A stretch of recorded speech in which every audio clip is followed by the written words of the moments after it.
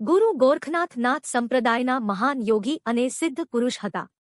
તેમને મત્સ્યેન્દ્રનાથના પ્રખ્યાત શિષ્ય તરીકે ઓળખવામાં આવે છે.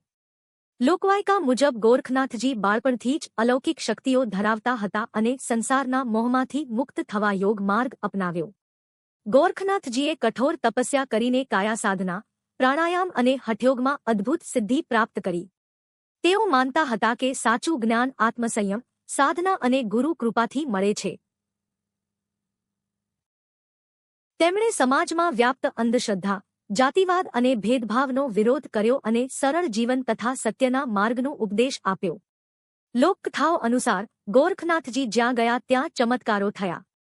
સૂકા પ્રદેશમાં પાણી પ્રગટાવવું, રોગીઓનું નિરાકરણ કરવું અને દુષ્ટ શક્તિઓને વશમાં કરવી જેવી ઘટનાઓ લોકપ્રચલિત છે.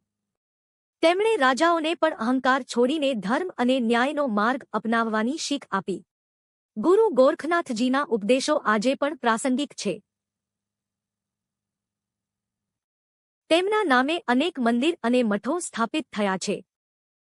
ભક્તો માનતા છે કે ગોરખનાથજીની સ્મૃતિ અને સાધનાથી મનુષ્યને આત્મશાંતિ, શક્તિ અને મુક્તિ પ્રાપ્ત થાય છે.